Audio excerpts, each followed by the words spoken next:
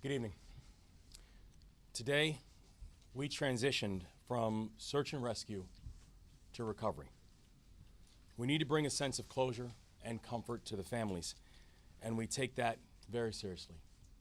And to all the families, I say, estamos contigo, ahora y siempre.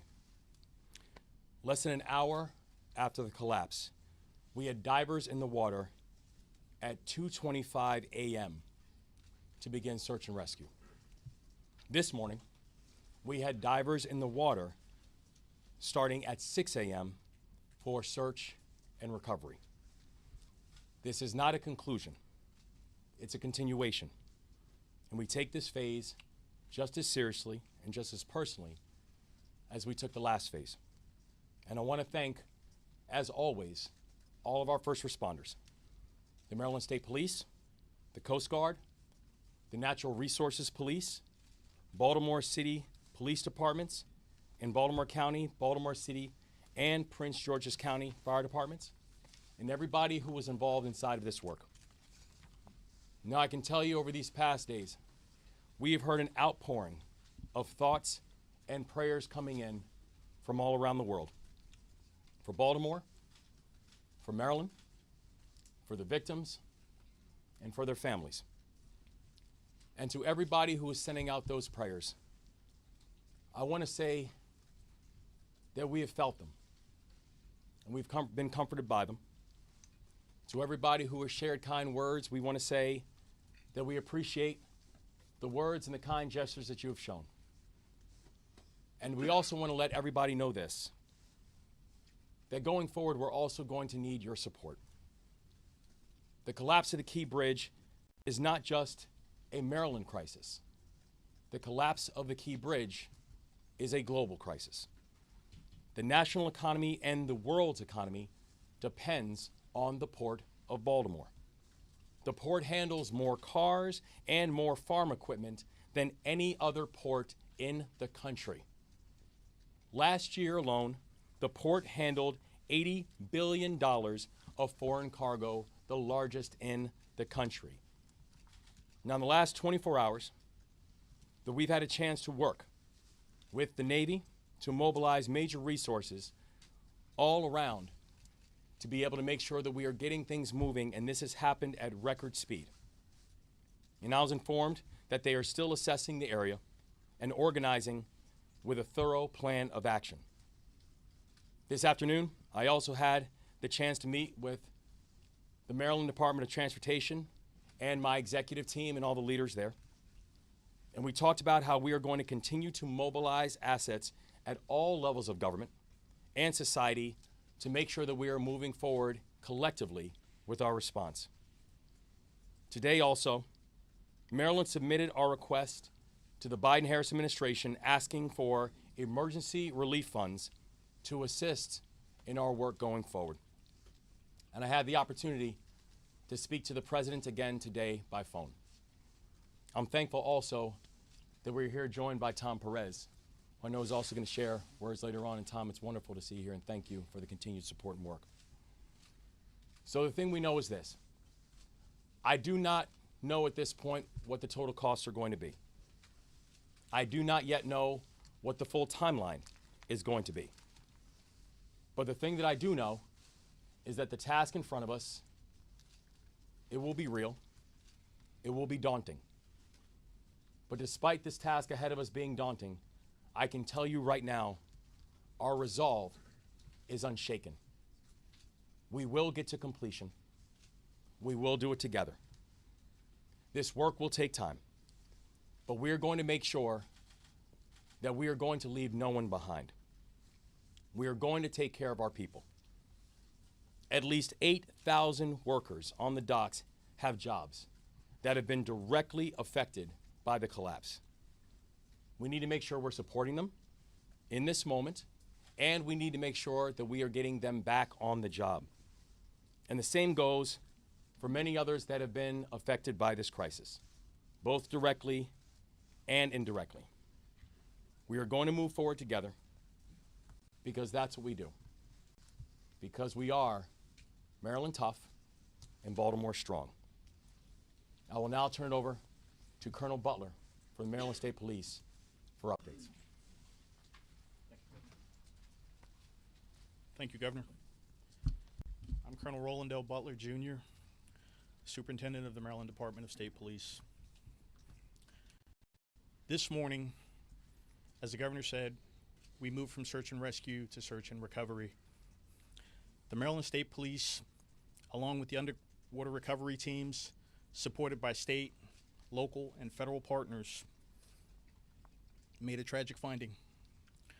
Shortly before 10 a.m., divers located a red pickup truck submerged in approximately 25 feet of water in the area of the middle span of the bridge. Divers recovered two victims of this tragedy trapped within the vehicle. The victims were identified as Alejandro Hernandez Fuentes, 35 years old, of Baltimore, and Dorlian Ranial Castillo Cabrera, 26 years old, of Dundalk. Their family members were notified just over an hour ago in person by Maryland State Police personnel with crisis intervention personnel present. Knowing the gravity of this, we've provided them with a list of resources that they can refer to and refer their friends and family to. At this point, based upon the conditions, we're now moving from a recovery mode to a salvage operation. Because of the superstructure surrounding the vehicle, what we believe are the vehicles, and the amount of concrete and debris, divers are no longer able to safely navigate or operate around that. We have exhausted all search efforts in the areas around this wreckage, and based on sonar scans, we firmly believe that the vehicles are encased in the superstructure and concrete that we tragically saw come down.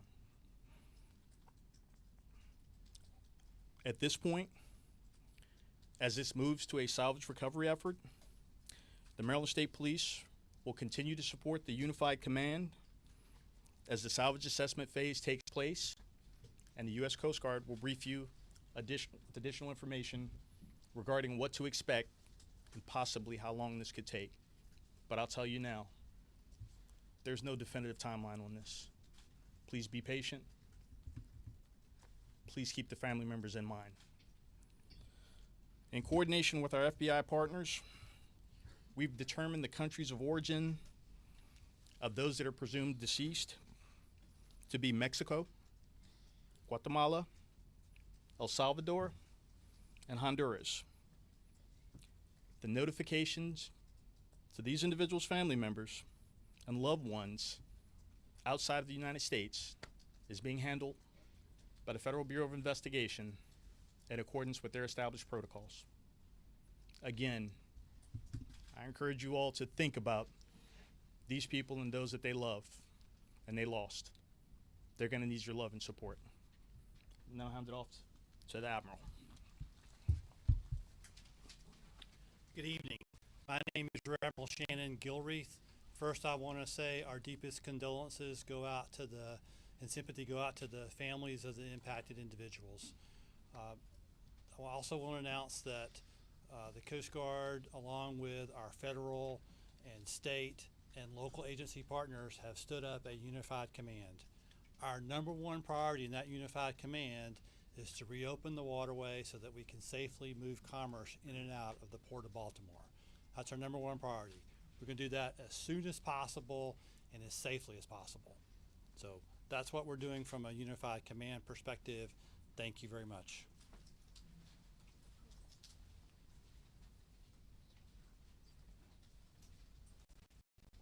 Good evening. I'm Paul Wiedefeld, Secretary of Transportation. The entire department is heartbroken to have lost these individuals on one of our facilities. I did want to update you on the efforts that we're doing to move forward with the reconstruction of the bridge. As was mentioned earlier by the governor, we have applied for the dollars, the federal dollars that are available for this type of purpose. I sent a letter earlier this morning. I just got off a phone call with the Federal Highway Administrator on the process that we're moving forward. We intend to receive some additional federal dollars very quickly to start that process, and then we will come up with a design for the replacement of that bridge as quickly as possible to get the port back up and the community back up and running. Thank you.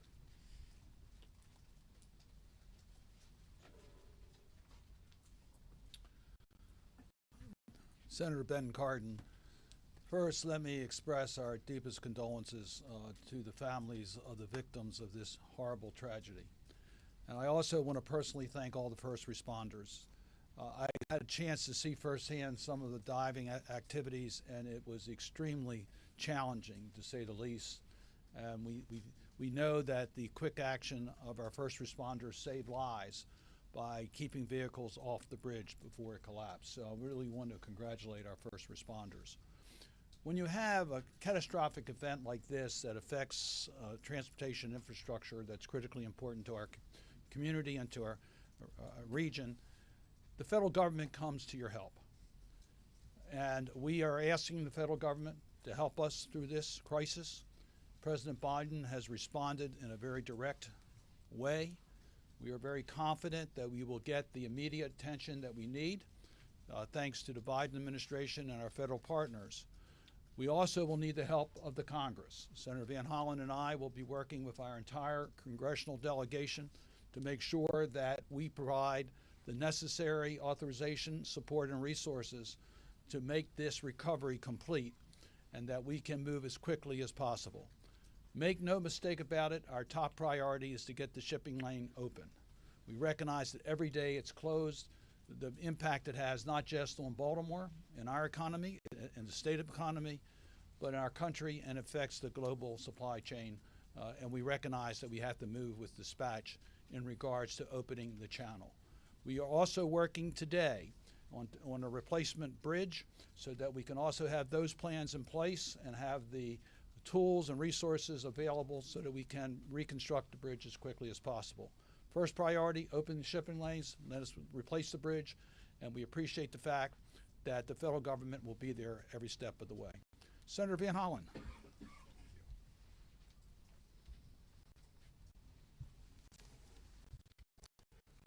I want to start where the governor and Senator Cardin and others did by saying to the families of the 6 that we lost in this tragic accident that our hearts go out to you, and we as the Maryland family will do everything we can to provide you with the resources that you need in this very difficult time.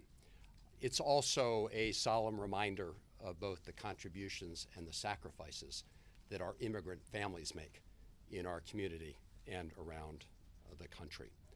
And I also want to thank the first responders for, first of all, the search and rescue operation, and now the recovery operation. Thank you all for the hard work that you're doing. As others have said, we have 2 priorities. The most urgent priority is to open up the Port of Baltimore, because as the governor laid out, it is essential to the livelihoods of people here in Baltimore and Maryland, and in fact, the economies of the region, and will impact people around the country and around the world. The Port of Baltimore is that important, and it is the 8,000 people who are working there directly, the tens of thousands of people whose economic livelihood is tied up with the port. So I want to thank the President of the United States, who called many of us yesterday and then spoke to the nation, is already delivering on his promise, which he has ordered the Army Corps of Engineers to do everything necessary to clear the channel so that we can reopen those shipping lanes. If we have to open one first and over a period of time, I think we're going to do whatever we can to make sure that we have ships passing through as soon as possible. The Army Corps of Engineers, the federal government, will pick up the costs for that, and those funds are available. I saw preliminary estimates between $40 and $50 million, but they're very preliminary. But the bottom line is the Army Corps will pick up the costs. I want to commend the governor and his team for their fast action in putting forward the notice that they're going to apply for the federal emergency relief fund, part of the federal Department of Transportation's program, the Federal Highway Administration. We will be working very closely with the governor, Secretary Wiedefeld, and others, and their team as you process that. Just to give you all a sense of what that means, you can draw down funds immediately for some of the costs of diverting traffic and other immediate costs to adjust to what happened in the short term. And then going forward, that relief fund provides a strong federal match. We believe it will be 90-10 in terms of the federal share. For the 10% remainder, Senator Cardin and I will be working very closely with the President and our colleagues in the Congress to make sure that we meet President Biden's pledge to do as much as possible to make sure that the federal government picks up the costs. Some have asked about the ship owners themselves. Obviously, as the NTSB conducts its review, we'll have a better idea of exactly what happened. And if anybody is liable for negligence or wrongdoing, you can be assured that we will be pursuing those funds as part of the cost share. From the congressional point of view, we will be pursuing, as I say, what we hope will be about 10% of the total costs through the legislative process. We will push to make any increases necessary in that emergency federal fund, and again, put forward legislation. Senator Cardin and I are in the process right now of reaching out, putting a phone call into Speaker Johnson because we think that this is something where Americans should come together. This should not be a question of Republicans or Democrats. This is an American challenge. We are a great American city here in Baltimore, and we're hoping that all of our colleagues will come together and join us in making sure we rebuild the bridge.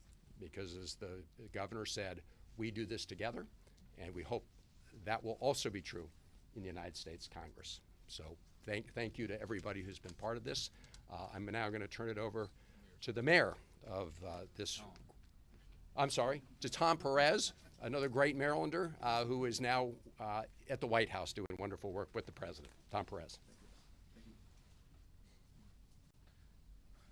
Thank you so much. Good evening. My name is Tom Perez, and I have the privilege of serving as a senior advisor to President Biden. And President Biden, like the nation, grieves for these victims. And he is no stranger to tragedy in his own family. And Governor, thank you so much for your leadership throughout this challenging situation. It's been steadfast, and it has been remarkable. We are all in this together.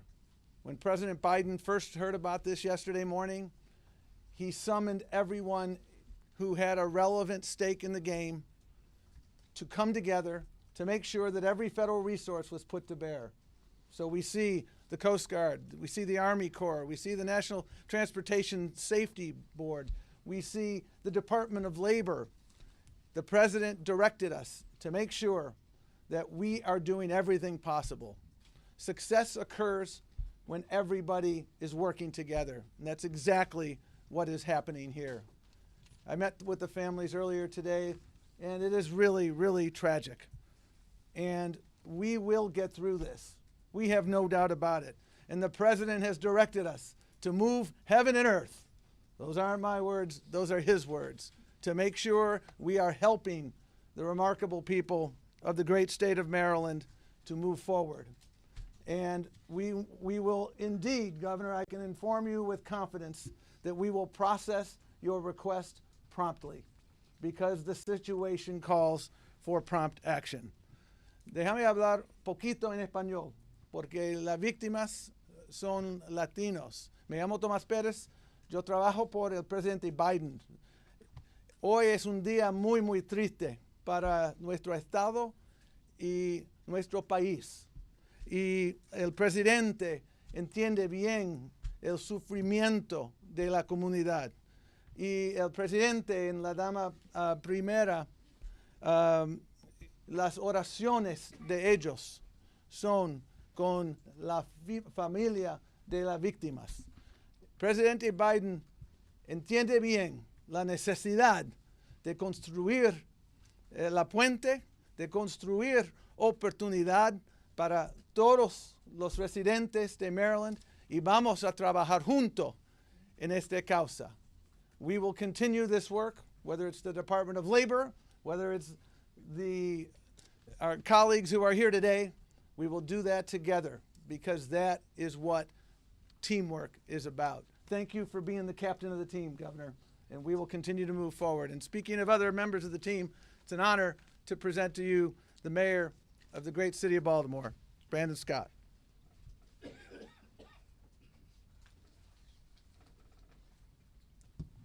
Good evening.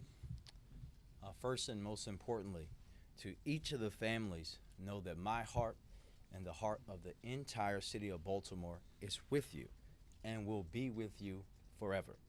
To every first responder, whether you're from Baltimore Fire, Baltimore Police, Maryland State Police, or the Coast Guard, our county partners, thank you. Thank you for being fearless and selfless and for putting your life at risk to save others, as you did yesterday, today, and each and every day. To Baltimore, we are all hurting, but we must be reminded in this moment that we are Baltimore. The city of Baltimore cannot be broken. We will continue to work with our federal and state partners through this. We will not be broken, but we are asking today also for some patience. As you heard, we will reopen the channel as quickly as possible, but it's just important that it's done the right way. We also, well, this is me, I'm also asking for folks to have a little bit of decency and respect. Don't spread misinformation.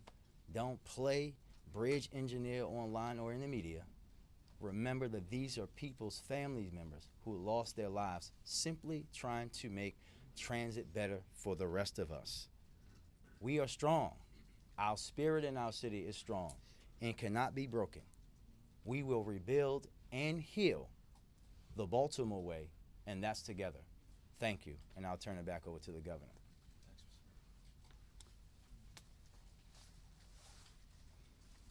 Thank you all. I'm going to take some questions. Start with Aaron Coxon first. Yes, sir. We've heard a lot of reports that the ship had engine failure before it got to port. There were some problems as well as at port. What do you know about the state of the ship as it was pulling out right before it hit that bridge? We're still under investigation as to what exactly happened, and we don't have a declarative answer as to why there was power challenges and power issues. The thing that we do know is that we have documented that there were power challenges as the freight was coming up on the bridge, and when the Mayday call was coming in, the Mayday call came in because of the power issues and the lack of ability to steer the vessel. Can I follow WBAL? up? Yeah, I just wanted to follow up on that and say, by power challenges, do you mean reports that it lost power before it even left the port? And can possibly Secretary Wiedefeld, can you confirm that one of the two people rescued yesterday was a state inspector?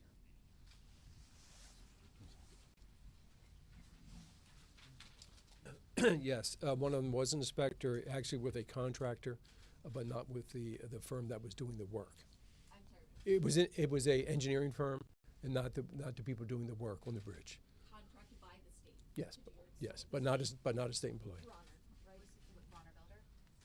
No, Browner Builder is the construction company, and then there's another engineering company. I'll get you the name, and that was the construction manager overseeing the work.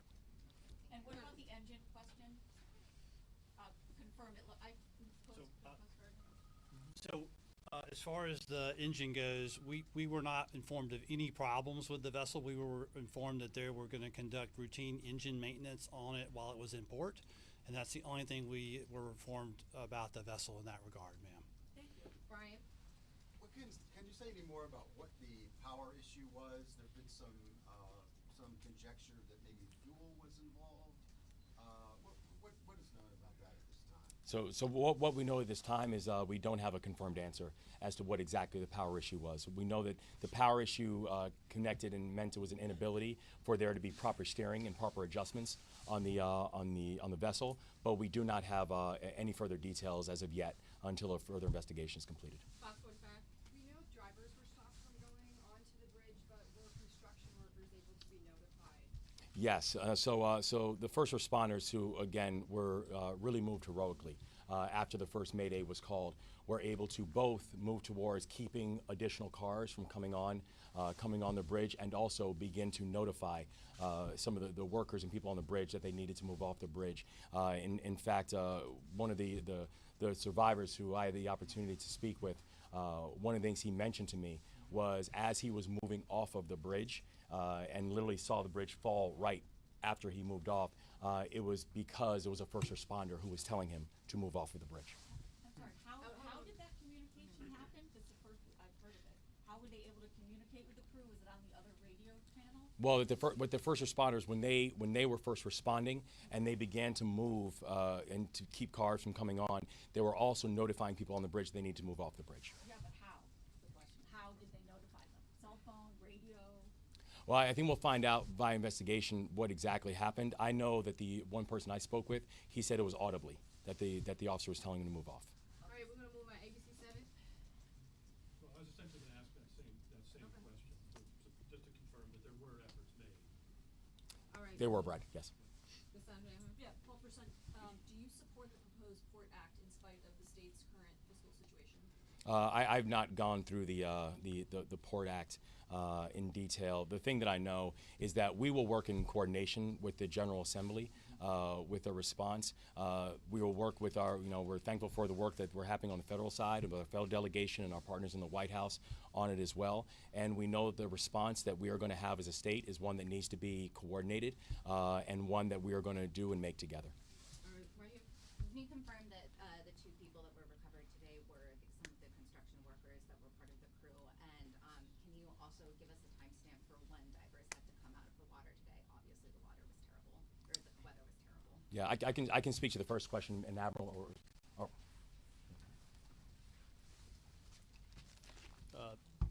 Your first question, as I understand it, shortly after 10 a.m., the divers located a vehicle.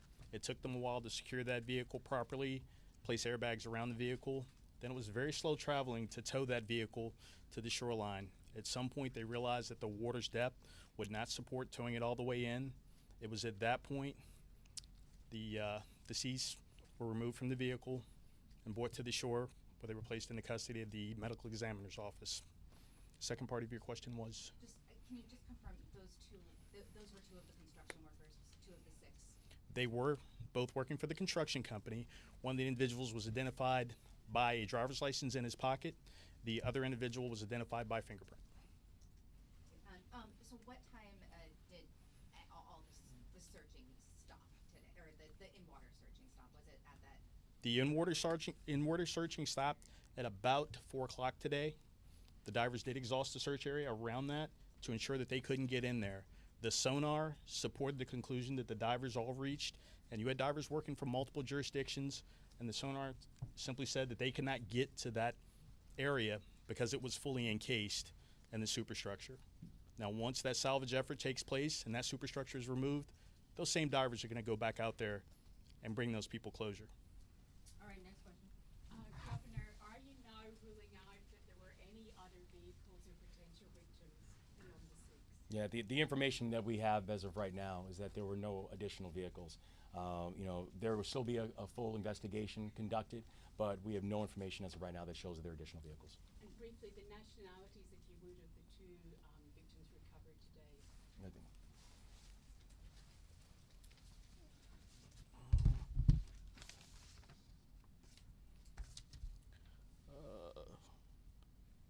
This shows Mr. Alejandro Hernandez Fuentes, lived in Baltimore, but was from Mexico. And Mr. Cabrera is from Guatemala. Can you just spell those names as well, if I ask? Yeah. Thank you, sorry. Which one would you like first? Alejandro? Sure. Alejandro. The middle is Hernandez. Hernandez. Last name of Fuentes. Fuetes. Your second victim. First name spelling Dorlian. His two middle names Ronial. The next is Castillo, Tillo, and the last of Cabrera, Cabrera. And if you are missing those names, we will get that to you afterwards. If you did not get that, we'll take ABC News. We'll take 2 more questions after that. Do we have any updates on the medical condition of the survivor who was hospitalized? Survivor who was hospitalized was released earlier today. All right, next question. Has that person been interviewed, and what kind of interviews do you expect what kind of information do you expect to need to get from that person? Obviously, we're looking for any information pertaining to this tragedy. He has been interviewed. There will probably be follow-up interviews conducted by the Maryland State Police and NTSB, as well as federal partners. Have you learned anything in those that you think is important to what happened in the moments before? At this juncture, I would be remiss if I went into what's going on in an ongoing investigation. All right, Brandon, one more time.